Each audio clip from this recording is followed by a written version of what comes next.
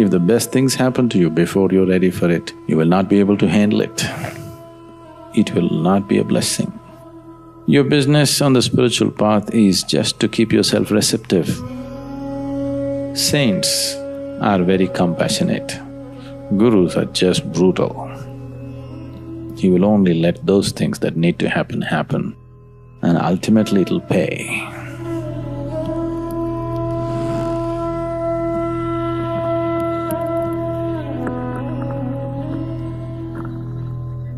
Once, there was a yogi in South India, and he lived in a cave in the mountains. He was doing his sadhana and living there by himself. There in the cave, a rat also made its home.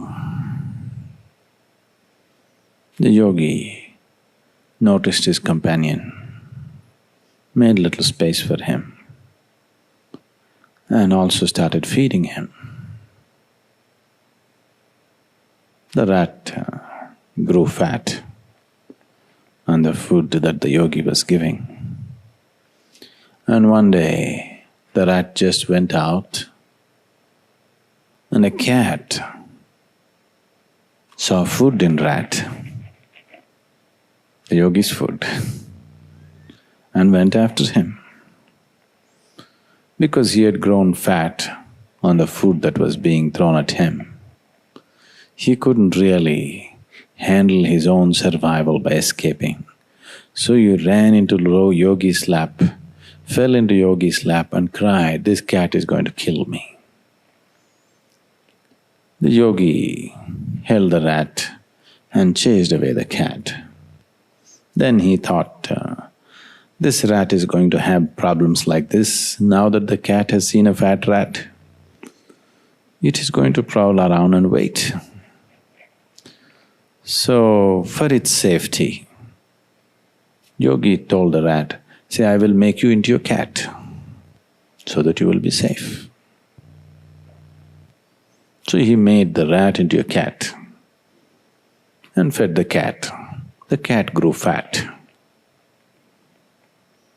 And one day the cat went out.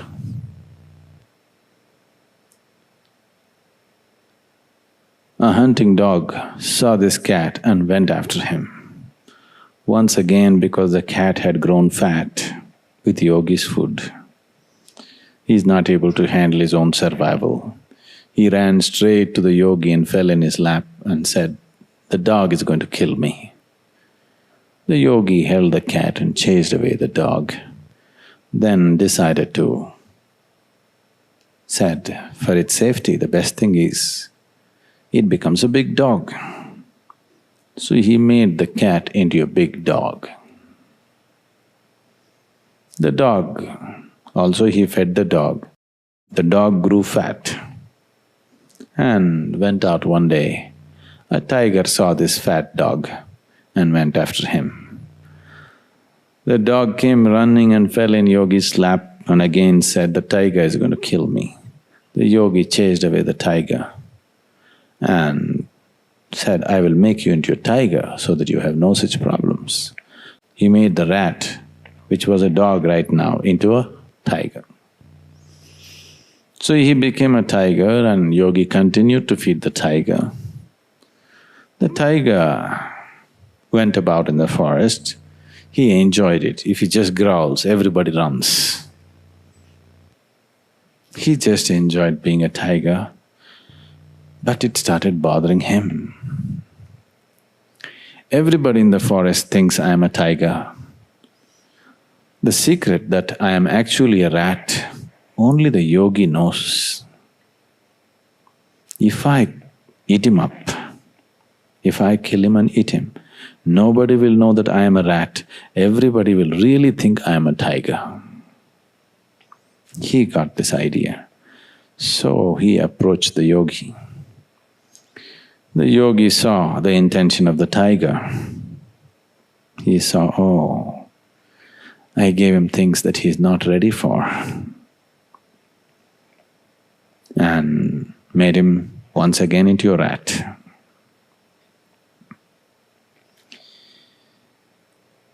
These things are constantly happening in your lives. Always people are asking, okay, somebody else is like that, why not me? What about me? If things come to you before you're ready for it, it will not be a blessing. Best things I'm talking about.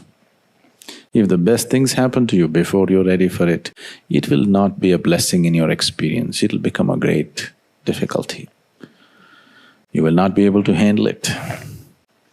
Whether it is material well-being or spiritual well-being or great experiences or whatever, unless you evolve yourself into a certain stage, it will anyway happen.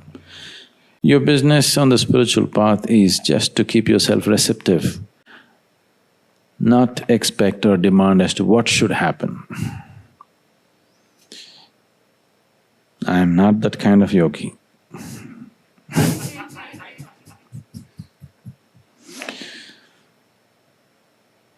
I won't do anything before time.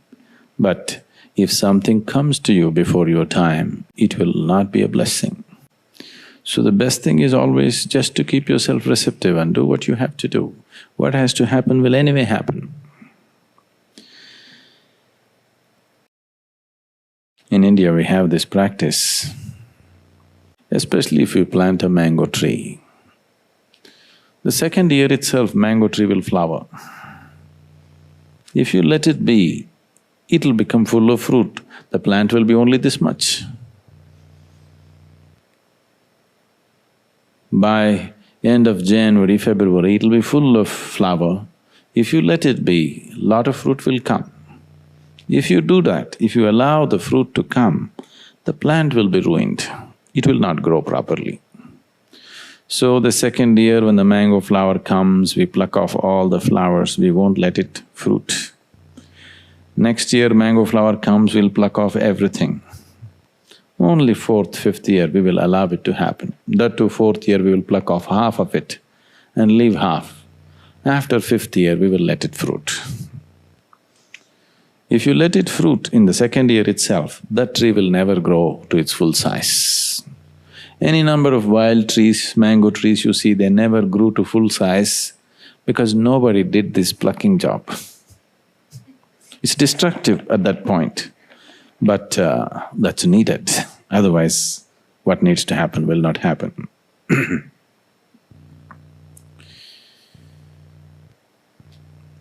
These misplaced, people who are loaded with morality, some of you, you have too much of misplaced compassion. Many years ago, when I was in the farm, the bulls or the bullocks which are used for work, both for ploughing and for the bullock cart, which is in India still about 45 to 50% of the cargo in India still at some stage travels on a bullock cart, if you don't know this.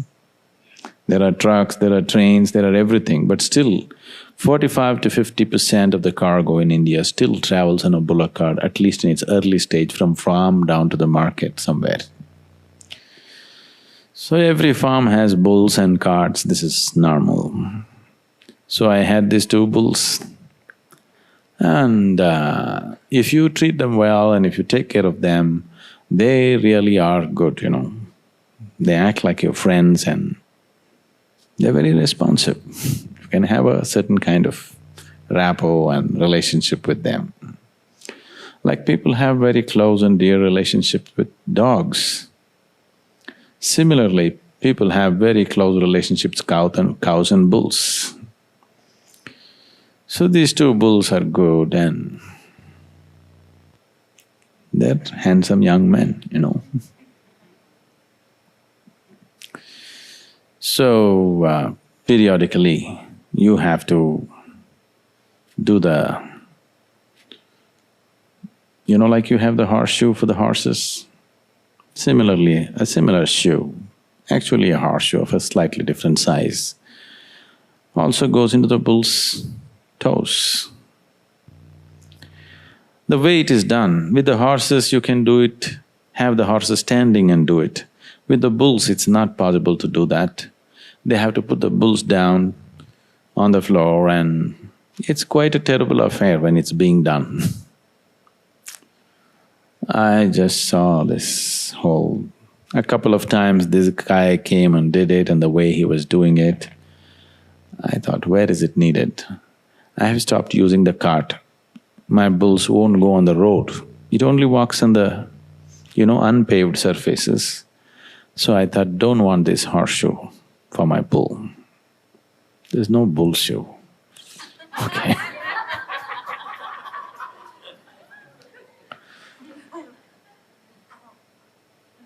Because they looked so sad and painful when they were put down and they're being nailed. Looked like crucifixion. So, this particular shoe wore out and I refused to… the thing. That guy comes periodically, once in 2 months, he wants to put a new shoe, that's his livelihood. He came again and again, I said, no shoes. He said, it's not good. I said, it doesn't matter. Then I found, after 8 months, my bulls were in such a bad state. Their toes spread out like that, and they were really suffering because I had not put the shoe.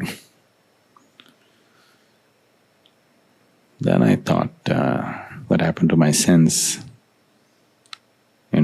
Misplaced compassion.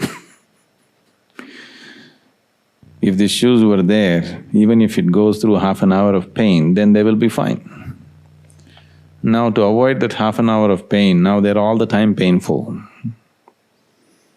It took a lot of work and in many ways, this decision curtailed their life itself.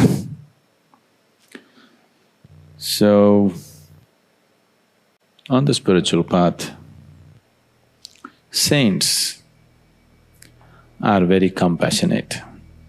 Gurus are just brutal.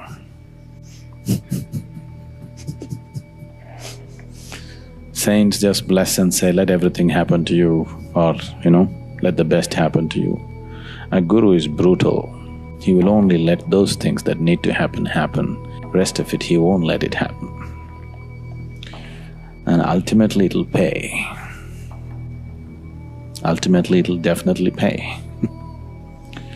So those of you who are wondering and struggling, comparing yourself to somebody else, that's not how it is.